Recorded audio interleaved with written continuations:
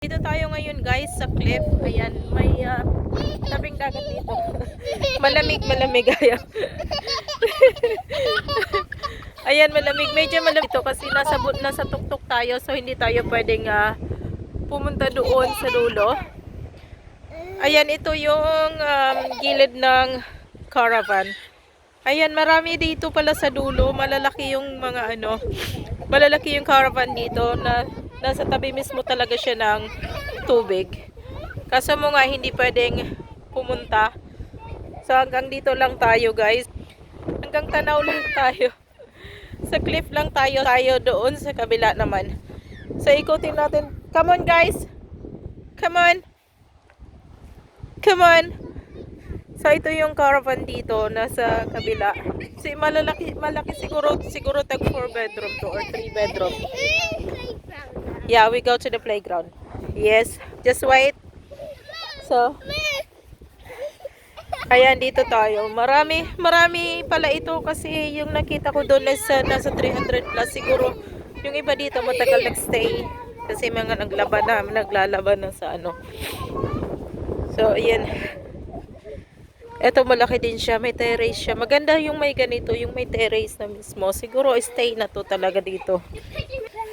Ganito yung itsura ng ganito yung itsura ng caravan. So, para din siyang subdivision na para siyang subdivision. Ayan. Let's go. Ayan, tapos pwedeng ilipat lang siya. Pwede siyang ipalipat-lipat. Tapos parang mga nakahanda na rin yung sa ilalim. Dahil nandiyan na nga din lahat. Nandiyan na din lahat kaya ayun. So kanina may naligaw.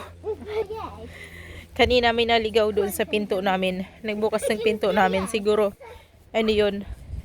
Mali yung napasok na mali yung napasok na ba. Let's go. It's in the table.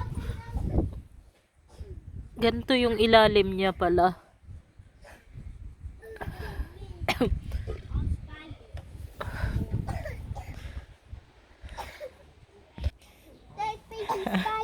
Gusto nilang pumunta sa playground, guys. Careful. Yung iba dito, ayan na. Wait. Doon is nasa 324 ba yun? Na houses. Pwedeng paglaruin yung mga bata. Siyempre, yung iba naman gusto din nila ng katahimikan. Pero malaya naman itong dalawa. Yung iba mga nasa beach siguro. Pwede din ditong maligo. Meron ditong meron ditong swimming pool. So ayan, dalhin ko lang itong dalawang butchik-chik sa Dalhin ko lang sila guys sa park. Tingnan natin kung ano nga bang meron dito sa park na ito. Yung hindi kasi namin pa nasilip ito kahapon. Yung mag-rent dito, ayan, meron dito ang ganyan. Climbing. Gonna climb, keep off. Ayan. Tapos merong bike.